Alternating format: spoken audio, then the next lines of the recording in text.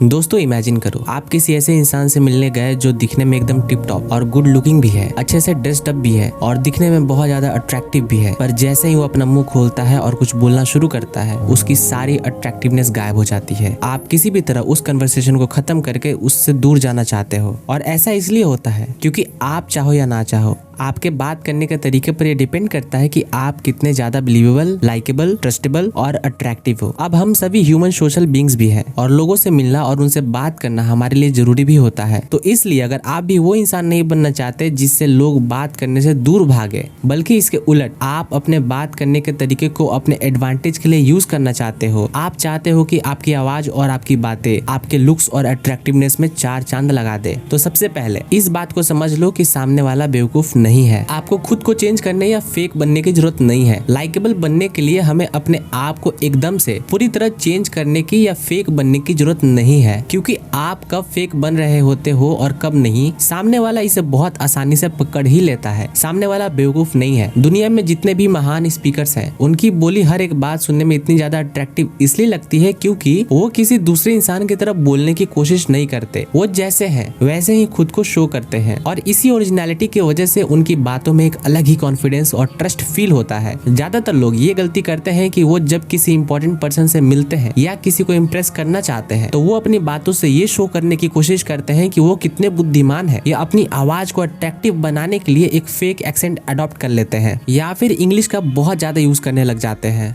I totally forgot. What are we celebrating? अपनी voice और pitch को चेंज करने लग जाते हैं।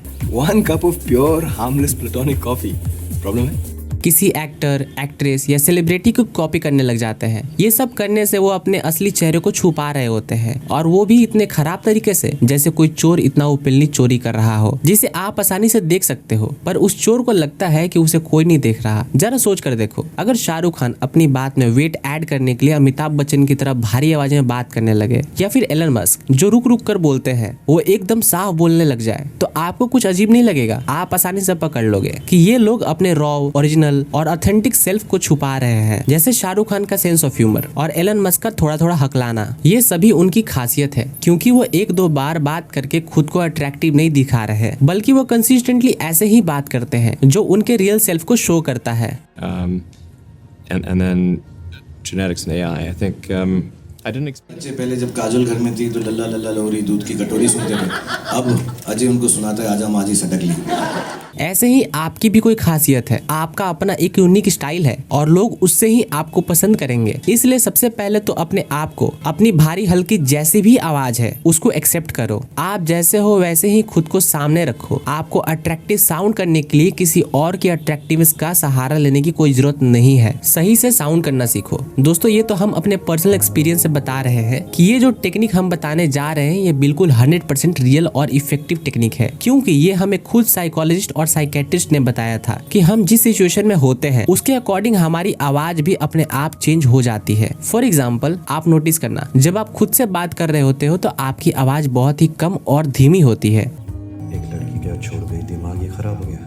जब आप एक काल्म और पीसफुल एनवायरनमेंट में होते हो या आप अपने दोस्तों के बीच होते हो तब आपकी आवाज ऊंची और फास्ट हो जाती है। आप बैठे रहते हो 2 बाय 2 के कमरे में और हम पूरी दिल्ली की सड़कें नापते हैं, क्योंकि यहाँ आपके एनर्जी लेवल बढ़ जाते हैं। वहीं जब आप स्टेज पर खड़े होते हो तो आपकी आवाज में स्टार्टिंग यानी हकलाहट होने लगती है, क्योंकि आप नर्वस फील कर रहे होते हो। बेसिकली आपके इमोशंस आपकी आवाज को कॉन्स्टेंटली बदल रहे होते हैं। जब आप इस चीज से वाकिफ हो जाओगे, जब आपको पता लग जाएगा कि किन इमोशंस के अंदर आपकी आवाज अनअट्रैक्टिव फील होती है, तो आप उन एरियाज पर काम कर पाओगे जहाँ जहाँ आपको इम्प्रूवमेंट की जरूरत है। पर उन्हें इम्प्रूव करना कैसे है, उसके लिए public speaker Brian Tracy recommend करते हैं कि आप अपनी आवाज को अलग अलग कॉन्टेक्स्ट में चुपके से रिकॉर्ड कर लो। जैसे जब आप किसी क्लाइंट से बात कर रहे हो तो उसे रिकॉर्ड कर लो, जब आप अपने पार्टनर से बात कर रहे हो तो उसे रिकॉर्ड कर लो, आप एक मीटिंग में कुछ प्रेजेंट कर रहे हो उसे रिकॉर्ड कर लो, खुद से बात करते हुए अपने आप को रिकॉर्ड करो। हाँ, माना शायद आपको सुनने में अजीब लग रहा होगा, लेकिन ये टेक्निक ऑलमोस्ट सभी कन्वर्सेशनलिस्ट एक्सपर्ट रेकमेंड करते हैं, क्योंकि जब आप इन रिकॉर्डिंग को सुनोगे तो आपको अपने आप रियलाइज हो जाएगा कि आपको कब और कहाँ क्या नहीं बोलना चाहिए था या कहाँ आपकी बात में दम कम था जिसे आप नेक्स्ट टाइम ठीक कर पाओगे। जैसे फॉर एग्जाम्पल, जब मार्गरेट थैचर को ये पता चला कि उनकी आवाज बहुत ही सॉफ्ट है और लोग उन्हें एज अ लीडर सीरियसली नहीं लेते, तो उन्होंने अपनी आवाज को बार बार रिकॉर्ड करके सुना और उस पर इम्प्रूवमेंट करी, जिसके बाद उनकी पब्लिक स्पीकिंग वॉइस स्वीट और इनोसेंट से बदलकर स्ट्रॉन्ग और पावरफुल बन गई, जिसे आप इस वीडियो में देख सकते हो।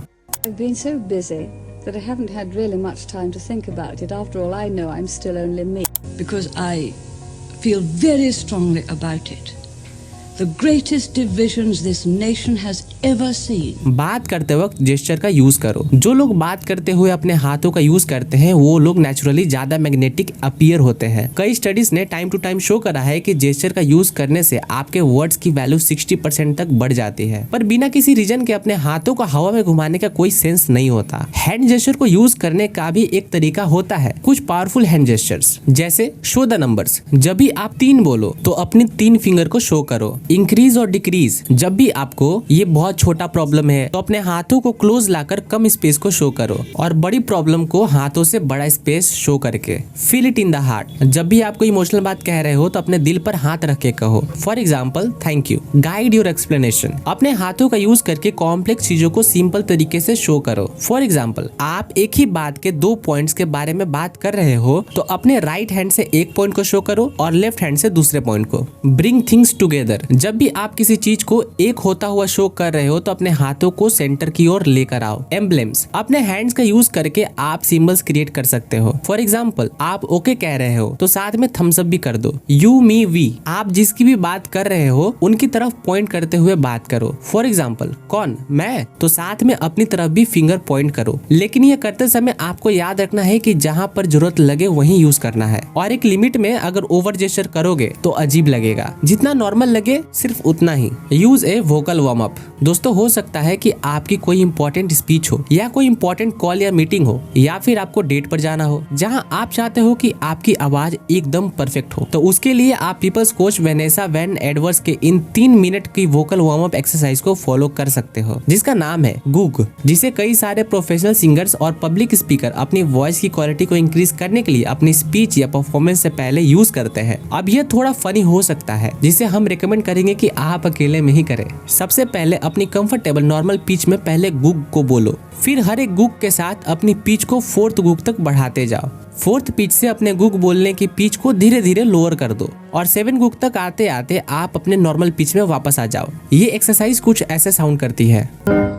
Go go go go go go go G-O-O-G।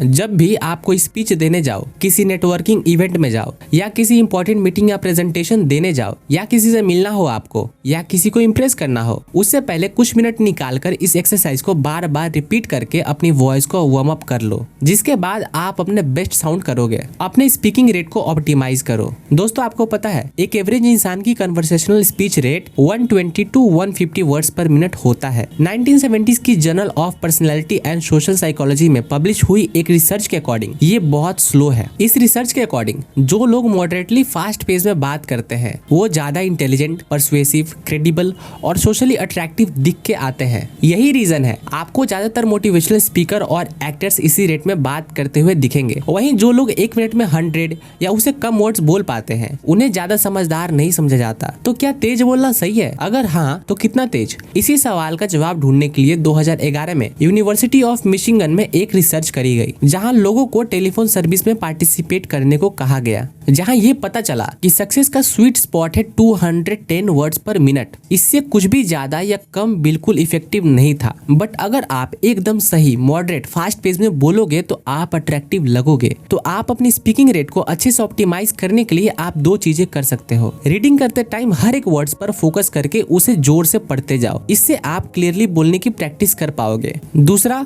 अपने आसपास के लोगों को स्पीच करेक्ट करने के लिए बोलो। जब आप बहुत तेज और धीरे बोल रहे हो तो कोई ना कोई आपको टोक दे और आप अवेयर होकर अपनी स्पीच को फिक्स कर लो। आपकी आंखें भी बात करती है। एक अट्रैक्टिव स्पीकर सिर्फ अपनी बातों से ही नहीं बोलता बल्कि अपनी आंखों से भी बहुत कुछ कहना जानता है। एक अच्छे स्पीकर की आंखें कंपास की तरह होती है जो आपकी बातों को एक डायरेक्शन देती है ताकि आपको सुनने वाला उस डायरेक्शन में जा पाए जहाँ आप उसे लेकर जाना चाहते हो। वहीं एक बुरे स्पीकर की आंखें एक टूटे हुए कंपास की तरह होती है जिसकी सुई कहीं भी रैंडमली मूव कर रही होती है और उस कंपास को देखने वाला हमेशा कंफ्यूज रहता है कि उसके लिए सही डायरेक्शन क्या है। आपकी आंखों का कम्युनिकेशन में बहुत ही ज्यादा इंपॉर्टेंट रोल होता है, क्योंकि सिर्फ उन्हीं के जरिए आप जो बात कह रहे हो उसके पीछे के इमोशंस को दिखा पाते हो और लोग आपसे सिर्फ तभी अट्रैक्ट होंगे जब आप उन्हें पॉजिटिव इमोशंस फील करा पाओगे। डर और नर्वसनेस में आपकी आंखें बड़ी हो जाती है, हैप्पीनेस में छोटी हो जाती है, सैड में आंखों में आंसू आने लगते हैं। एक काल्म और पीसफुल एनवायरनमेंट में आपकी आंखें रिलैक्स रहती है। किसी से भी बात करते हुए अपनी आंखों का यूज करके इमोशनल टोन सेट करो और सामने वाले को गेस करने का मौका देने के बजाय वो फील कराओ जो आप फील कराना चाहते हो। तो दोस्तों आज के लिए इतना ही।